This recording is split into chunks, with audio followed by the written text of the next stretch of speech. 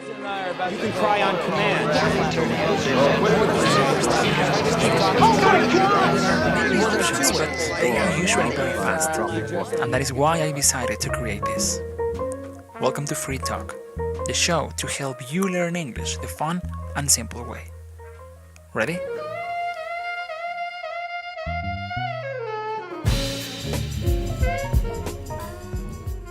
Hello, everyone, and welcome back to a new episode of Free Talk Podcast, the show where we have one objective to take your English to the next level, the fun and simple way.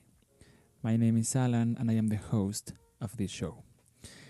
Welcome to the episode number 2 of this pronunciation-only series that we are having on Fridays. This is our second one, and today we are going to take a look at reduction. So in the past episodes that when we have discussed pronunciation, we have talked so far about intonation in nouns, intonation in compound words. We talk about in the last episode we talk about inflection, so we change the pitch in different words within a same sentence, and we changed the entire meaning of that sentence. And today we will talk about reduction. So I will give you a foreword about reduction. So foreword, F-O-R-E-W-O-R-D, foreword, it is like, imagine that you are reading a book. So before you enter into the subject matter of the book, before you enter into the actual content of the book, some books have a foreword. Sometimes this foreword is written by the same author. Some other times is written by a different person, and it's an introduction to the book. So in this case, we are going to have a foreword about reduction. Now, this is actually one of the things that trouble students the most, because, I will address this as a Spanish speaker, because in Spanish, we pronounce the words in the same way that the words are written. So we have this natural association of a sound, a letter, or a syllable with a sound. So we know how to pronounce words even if we don't know those words. And that is the case with some other languages. Some others, like English and particularly French, too, these languages are sometimes difficult to pronounce because the words are not pronounced. They are not produced in the same way that they are written, and that is a complication. In the case of English, the biggest complication that I have found is especially this aspect of reduction, because we see a word and we are imagining how it's going to sound like, but the result is a very much shorter version. So it's very short because Americans tend to or like to chop sounds. So they reduced sounds and they are just making almost noises, and that's how they put their words together. Now, in English, there are many words that are going to suffer this transformation, this reduction, and we are going to try to cover them all as much as possible in future episodes in the section of a word on pronunciation. But today we are going to talk just about one particular sound, which is actually a preposition that is most of the times reduced. Now, why are we going to discuss or to learn only one at a time? Well, First of all, because we want to make this a continuous series, so you, as I told you in the beginning, you can learn little pieces of information on every episode, and you have this week time to practice them and to absorb them. And the second one is because there are so many. If I throw them all at you at once, if I just give you in one episode all these sounds, you are probably not going to remember all of them. If I teach you only one or two, maybe every episode, that's okay. I think that teaching you more than 3 would be overkill. I will not explain you that word. I would let you find that word on your own, and you can leave me what did you find about this word, and if you could make the association with the meaning of this word with the things that I am talking about right now. So once again, the word is overkill. OVERKILL. Overkill. Okay, so let's start right away with the topic we will discuss today, and that is the reduction of the preposition to, the letter T and the letter O, to. So we are going to find, for this particular case, 2 scenarios, 2 different situations where the sound of the T, of the to, is going to be reduced, and it's going to be reduced in 2 different ways. So let's start with the first one. The preposition to usually reduces so much that it's like you drop the vowel. It's like you ignore the vowel. The vowel is not there. So you only have the sound of the consonant, in this case, the T. So the sound is going to be just like the letter T. So try making that sound. T, t, t. It's just the sound of the T. T. Or it could be the sound of the T plus the sound of schwa. Schwa. Schwa is a very common sound in English. It is not a letter, it's just a sound. And it's present in so many words in English. And this is very complicated sometimes for students to produce because it is not present in other languages. And it's just like a vibration if you place your hand on your chest, like here, right in the middle, and you make this sound, you are going to feel this vibration on your chest. It's only it's like you are just inhaling air and you make this sound. Okay, so let's check the words so you can see how this sound can be produced in these words. So let's check the first one. I will pronounce the first word as maybe you could imagine it is pronounced, but then we are going to see how it is actually pronounced. So the first one is today. Today. So not yesterday, today. But in reality, the sound is today. Today. So there is no O, you see, it's today. Today. There is no today, it's today. The second one is tonight, and it sounds tonight. Tonight. T, t. Try to make the 2 sounds one at a time. T, night. T, night. And then put them together. Tonight. Today. Tonight. The next one, tomorrow. It sounds like tomorrow. Tomorrow. Tomorrow. Tomorrow. Today. Tonight. Tomorrow. The second one, the next one, it's actually a combination of the preposition to with the word work. To work. The sound is to work. To work. To work. To work. To work. To work. today, tonight, tomorrow, to work. The next one, to school. It sounds like school, school, school. The next one, to the store, to the store. In this case, we are going to, the first sound of T in the to preposition is again t, t. And then we are not going to say to the, but we say t, the,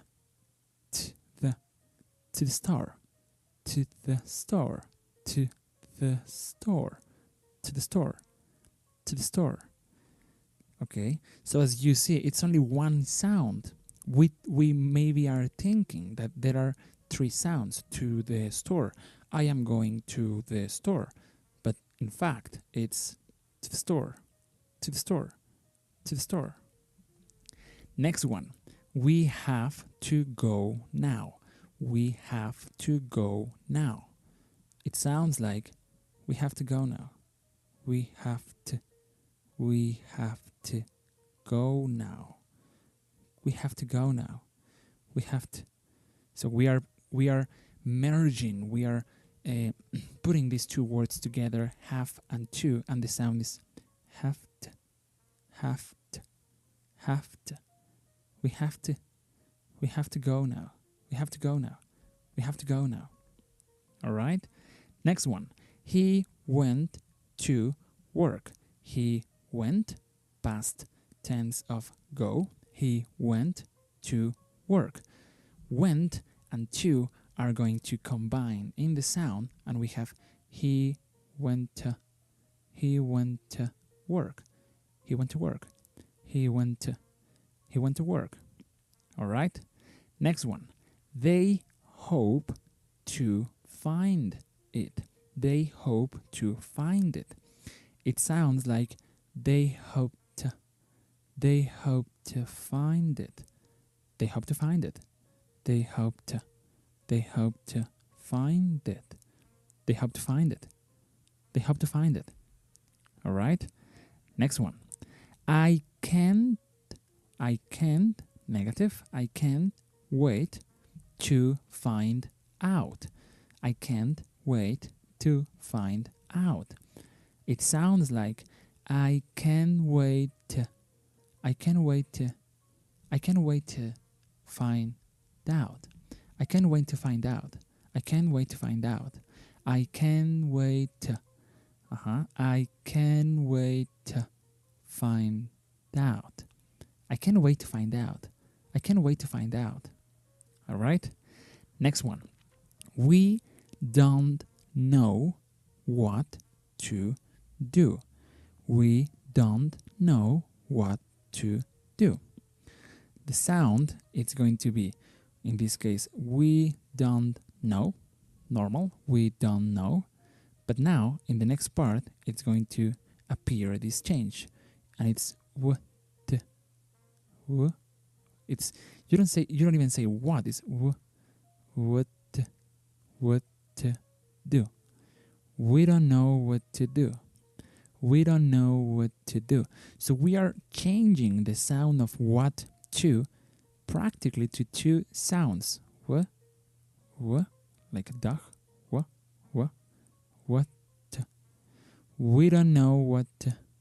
We don't know what to do. We don't know what to do. We don't know what to do. All right? Next one. Don't jump to conclusions. Don't jump to conclusions. It sounds like don't jump to conclusions. Don't. The sound of this is sound. The sound here is the sound of J, the sound of M, the sound of T, and the sound of C. So listen. Don't jump to conclusions. Don't jump to all right? Don't jump to conclusions. Don't jump to conclusions. Don't jump to conclusions. Don't jump to conclusions. Okay? Don't jump to conclusions. Next one. The famous William Shakespeare quotation.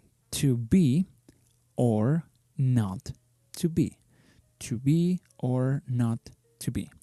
It sounds like to be, to be, to be or not to be. To be or not to be. To be or not to be. To be or not to be. To be or not to be. To be or not to be. There are no to in those examples. To be. To be or not. To be or not to. To be or not to be. To be or not to be. To be or not to be. To be or not to be. That's the question. And next one, the last example on this first use of this reduction, we are going to check. He didn't get to go. He didn't get to go. And it's going to sound like he didn't. Almost we don't say didn't. It's just he didn't get to. He didn't get to. He didn't get to go. He didn't get to go. Okay? So apart from checking this reduction of just this particular preposition, it's important that you start paying close attention to what people say or the way they say it when they speak.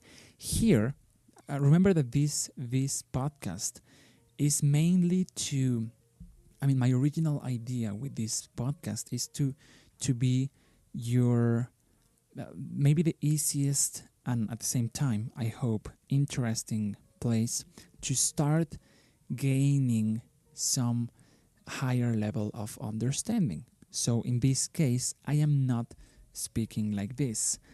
I don't say today, tonight, tomorrow to work, school, store. Because if I do that, I would be no different from people talking on the television or on radio shows and so on. So, but now that you know this information, it's absolutely recommendable that you try as much as possible to listen to people who are speaking, not with the intention of teaching. They are just speaking because it's their language. People on the news, they have zero intentions of teaching English or making themselves understandable. They just want to convey, they just want to transmit a message. And they are going to speak like this.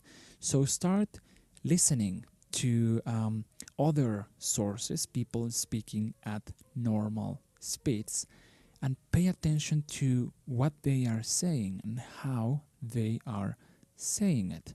And you are going to find that not only are they reducing these prepositions, but they are reducing almost every single word. And that is the main reason why it's so complicated to understand, because we are expecting, we have this notion that language should sound in a way, but it turns out the reality is that it is not. And this is also something that in a way proves my well, not my theory, but some of the things that I mentioned in one of the principles of the free course, where I said that the language that we use, we as teachers to teach English and you as students to learn English, is very, very unnatural, because people don't speak like that. And you can listen to an entire conversation 50 times and you are saying, yeah, I understand this conversation now from my textbook, so I am ready to listen to real, actual conversations. But unfortunately, that is not always and hardly ever the case, because the people in those conversations are speaking like that. Hey, what are you doing today? Oh, today? Well, I have a party tonight. And we are expecting everybody to speak like that, and that is not the case. A conversation like that in the real world would go like this, like, hey, what are you doing tonight? What are you doing tonight? What are you doing today? Oh, today, I don't know, I have a party tonight. Okay, so we need to start challenging ourselves. We need to start. I think this is a great place to begin. This is a great place to gather all this information. But then, every once in a while, take the leap. Do something different and say, okay, I am going to maybe listen to, 2 minutes, 3 minutes of a conversation. And I am going to listen to it over and over again until I find this thing that Alan was talking about. And when you find it, when you can identify that sound, it's going to be so much easier to continue doing that. In the future, one of my plans for this podcast is to launch a second podcast. We don't have it. This is right now just a thought. It's just some idea in our minds, but we want to do it because we think that sometimes there is going to be another middle ground, another middle point. So sometimes maybe it's still difficult to move from this podcast to another podcast, and I completely understand that. So we want to make a second podcast that gets you closer to that. So you can go from, let's call it Free Talk Podcast 1, which is slower and it's more, more educative if you want.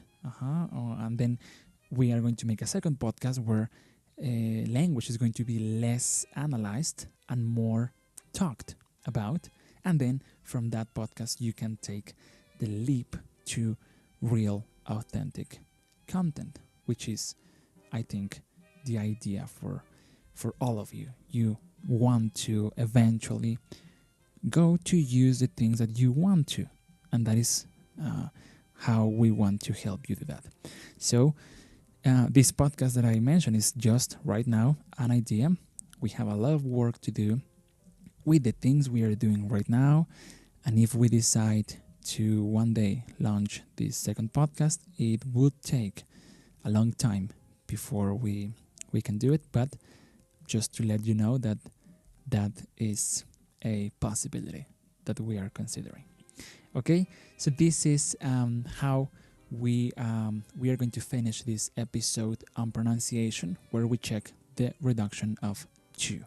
So basically, we almost practically eliminate the vowel, and we only conserve the sound of the t or t with a schwa.